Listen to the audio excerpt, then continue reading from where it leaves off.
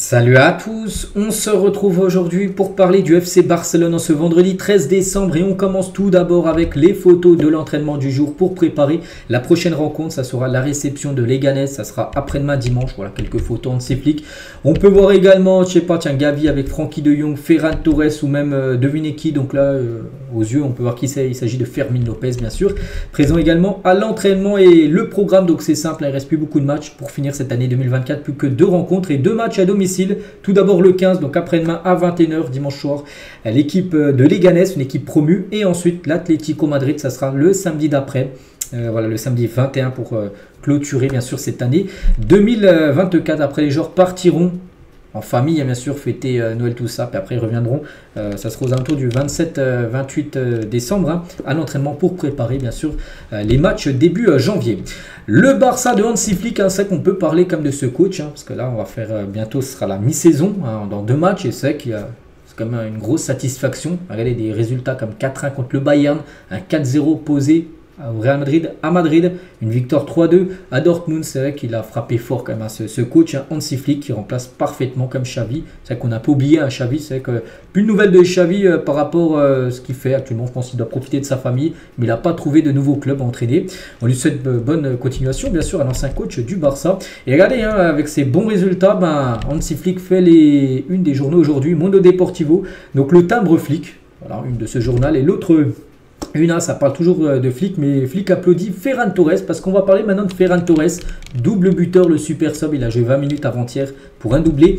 Et c'est vrai, quand c'est Flick, prend l'exemple de Ferran Torres en particulier pour les joueurs de banc, pour dire que voilà, il ne faut pas perdre espoir si tu es tout le temps sur le banc, tout ça, parce que tu peux être très important dans une rencontre, comme il a été. Il a joué peut-être 20 minutes, mais il a marqué un doublé lors de la rencontre. Donc oui, il a été très très important. Donc il prend exemple bien sûr sur Ferran Torres. Et Ferran est devenu le joueur de Barcelone le plus rapide à marquer un doublé en sortie de banc en Ligue des Champions, battant le record de Léo Messi de 2008. Messi, pareil, il était rentré lors d'un match de Ligue des Champions en 2008 où il était tout jeune. Il a marqué un doublé, mais un peu plus que 20 minutes. Donc lui, il a même battu le record de Léo Messi.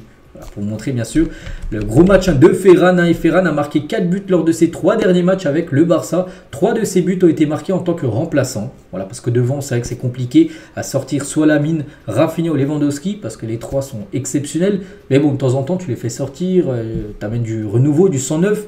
Et c'est là où il est très important, tout simplement. Ferran Torres et Santi Canizares, un ancien gardien de but de Valence, à propos de Ferran Torres, il a dit ses capacités ne font aucun doute et il l'a montré à de nombreuses reprises. Ne doutez pas de lui et de son talent. Il l'avait déjà montré à Valence dans le passé. Ce garçon a toujours été un grand joueur. Voilà, de temps en temps, il est critiqué, parce que des fois, les gars, des fois, il loupe ses matchs et des fois, on se fait incendier sur les réseaux sociaux. Mais voilà, je pense que là, tout le monde, bien sûr, la félicité par rapport à sa grosse rentrée en jeu. On continue, on va parler d'Inaki Peña. On sait qu'Inaki Peña, depuis la blessure de Ter Stegen, on s'est dit est-ce que le Barça va réussir vraiment, enfin Inaki, est-ce qu'il va réussir au Barça? Et si on fait le bilan, ça fait déjà 2 mois qu'il est blessé Ter Stegen. Et oui, c'est quand même une satisfaction. Regardez, le Barça a recruté Chesney, il n'a toujours pas gaulé. Il gaulera peut-être le match de Coupe du Roi début janvier. Mais voilà, le Barça est quand même impressionné par les récentes performances d'Inaki Peña et envisage de renouveler son contrat. Voilà, donc il pourra avoir peut-être un contrat de nouveau, le gardien espagnol. On va parler aussi d'une info importante concernant la pré-saison. Voilà, donc tout indique que la tournée de pré-saison, donc l'été 2025, donc de Barcelone aura lieu en Asie et non aux États-Unis, parce que là, souvent les années précédentes, par exemple là, l'été 2024, c'était aux États-Unis, même l'année d'avant. Là, ça pourrait être peut-être en Asie, peut-être au Japon, peut-être en Chine, je ne sais pas dans quel pays exactement. Mais ça pourrait être en Asie. Voilà. Pour l'instant, c'est ce qui se dit d'après Catalunya Radio. Voilà, donc ça reste à être encore confirmé. Il y a un an, jour pour jour, la Coupe du Monde U17 avait lieu. L'Espagne a convoqué 8 joueurs de Barcelone. C'était l'équipe jeune, on peut dire. Regardez tous ces jeunes. Pocu Barcy maintenant qu'en équipe première. Hector Fort qu'on voit de temps en temps. Il y a qui d'autre? Marc Guyub, qui a quitté le club. Marc Bernal, qu'on a pu voir en début de saison, malheureusement blessé. Bon, il y a d'autres joueurs encore qui sont du côté du Barça, dans les catégories jeunes, qui n'ont pas encore fait le saut pour une équipe première. Mais voilà, c'était il y a un an.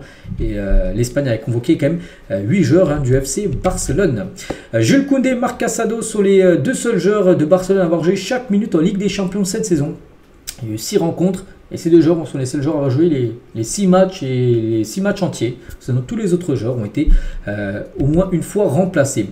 Pablo Torre, il y a des nouvelles aussi de Pablo Torre, on le voit beaucoup moins jouer. Donc il n'a joué que 72 minutes lors des 4 derniers matchs, hein. C'est quand même très peu. Pourquoi? Parce que déjà, on se dit qu'il y a pas mal de milieux qui sont plus blessés. On pense à Gavi qui est revenu, on pense à Frankie de Jong qui est également revenu là ces dernières semaines, hein. Donc du coup pour Pablo Torre, ben, en gros il passe derrière tous ces joueurs là. Donc du coup voilà, quand de Jong rentre, avant c'était peut-être Pablo Torre qui rentrait quand il n'y avait pas de Jong, maintenant c'est plutôt de Jong qui rentre, on veut dire, en jeu. Donc voilà, pour Pablo Torre, c'est pour ça qu'il a très peu joué. Et ça, peut-être une décision sera prise certainement, hein, donc il pourrait être prêté en janvier, parce qu'on se dit du côté de Barcelone que le mieux ce sera un prêt du joueur, voilà, pour qu'il puisse acquérir du temps de jeu bien sûr dans une autre équipe. Ferran Correas, donc c'est un journaliste, il a dit après une série de blessures musculaires, un Pedri de retour parmi l'élite mondiale. Quelque chose a changé avec Pedri après l'arrivée des nouveaux préparateurs physiques au club. N'oubliez pas que Hansi Flick est arrivé avec ses préparateurs physiques et il dit en gros que ces préparateurs physiques sont meilleurs que les préparateurs physiques à l'époque quand il y avait Xavi, hein. Donc bref, qui ont donné ce dont il avait besoin pour devenir un joueur de classe mondiale. Voilà, c'est que pour Pedri les gars, on sait que c'est un très bon joueur et c'est qu'il fait pour l'instant un très bon début de saison. En plus il était très peu blessé, bon il y a peut-être eu une petite blessure où il a loupé 1 ou 2 matchs, mais c'est beaucoup moins que la saison dernière ou même la saison d'avant où il a loupé énormément de rencontres. Si le Barça n'enregistre pas Dani Olmo d'ici le 1er janvier, hein, c'est bientôt, hein, il ne pourra pas jouer pour le club jusqu'à l'inscription soit terminée, hein.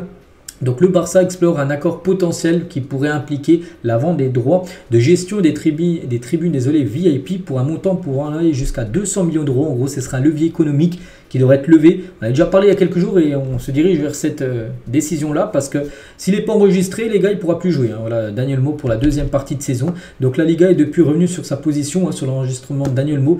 Donc voilà, Javier Tebas, d'autres clubs poussent la Liga à créer des obstacles pour Barcelone, hein, parce qu'il y en a des clubs de la Liga qui sont contre le Barça et voilà, qui veulent que par exemple ce joueur ne soit pas enregistré bien sûr.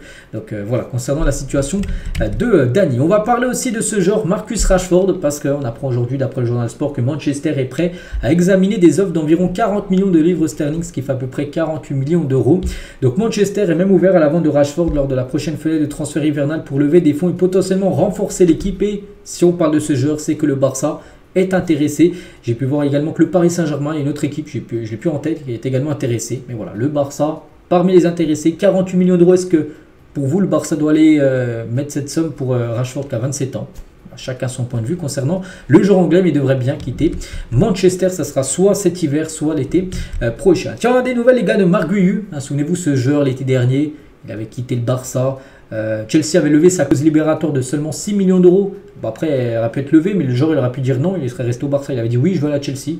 Il est parti à Chelsea. Donc hier, c'est bien, il a marqué un doublé. On le félicite, mais des nouvelles voilà, de cet ancien joueur. Donc il a joué quand même très peu. Il a joué seulement 364 minutes sur 2070 minutes possibles. Hein. Peut-être serait resté au Barça, peut-être qu'il aurait joué beaucoup plus que les minutes qu'il a joué du côté de Chelsea. Mais bon, on lui souhaite bonne continuation. Et comme j'ai dit hier, hein, il a réussi à marquer un doublé lors de cette rencontre. Officielle, l'équipe type de la semaine en Ligue des Champions. Pourtant, le Barça les gars, a réalisé comme un gros match hein, du côté de Dortmund. Et aucun joueur comme du FC Barcelone dans ce 11, hein, c'est fou. Ni de Lamine Yamal hein, qui a réalisé une belle performance, ni Rafinha qui a été également buteur, ni un autre joueur. Voilà, donc voilà, il n'y a aucun joueur du Barça dans cette équipe type de la semaine. En parlant de Lamine Yamal, le joueur le plus recherché sur Google en 2024 est Lamine Yamal. La liste des joueurs les plus recherchés par année, donc là c'est Lamine Yamal, mais avant c'était soit Cristiano Ronaldo, soit Léo Messi, soit Neymar. On peut voir chaque année c'était qui. Et là pour cette année 2024, sur le moteur de recherche Google, hein, où pratiquement tout le monde va, et ben c'est Lamine Yamal, le footballeur qui a été le plus recherché au monde sur cette année 2024, hein, pour montrer vraiment l'importance à seulement 17 ans. L'importance maintenant, c'est plus une star du foot, c'est une méga star du foot, on le sait, le joueur Lamine Yamal. Et tiens, toujours avec lui, les Adidas F50 personnalisés de Lamine Yamal arbore sa célébration signature 304, hein, c'est son quartier d'enfance, hein, et le drapeau du Maroc pour son père et le drapeau de la Guinée équatoriale pour sa maman. Et on finit aujourd'hui les gars avec les filles, hein, parce qu'elles ont joué hier, tiens, contre Amarmé, elles ont gagné 3-0, l'équipe du Barça féminin, donc félicitations à elles, hein. Donc au classement de groupe D, il ne reste plus qu'une journée, mais elles sont deuxième, elles sont qualifiées, elles ont 3 points de retard sur City, la seule équipe elle les a rebattues, mais regardez après Amarbi a 3 points, donc il ne reste plus qu'un match, plus que 3 points donnés, donc elles sont sûres soit d'être deuxième, soit d'être première, elles peuvent toujours passer devant City. Le dernier match, un goal average de 8 points, enfin de 8 buts pour City, plus 20 pour le Barça. Voilà, en cas de victoire contre City, elles seront premières, elles finiront en tête. Hein. Mais voilà, donc elles sont qualifiées pour les quarts de finale. On connaît aussi les 7 autres équipes qualifiées. Parce qu'on connaît tout dans les 4 poules, déjà les 2 premières qualifiées à chaque fois. Donc voilà, on connaîtra bien sûr le quart de finale, les gars, se jouera le 7 février prochain. Bon, après, il reste encore une journée, on est seulement à la 5e, il restera encore une journée qui se jouera en janvier. Ce sera le Barça qui recevra l'équipe de City pour la première place, bien sûr, en jeu. Donc voilà ce qu'on va dire aujourd'hui, on finit avec ça. J'espère que ça vous a plu. On se retrouve, nous, demain, bien sûr, demain samedi. On commencera à parler du match, bien sûr, contre les Ganes, qui aura lieu après-demain. Et je vous souhaite une très bonne journée et à demain.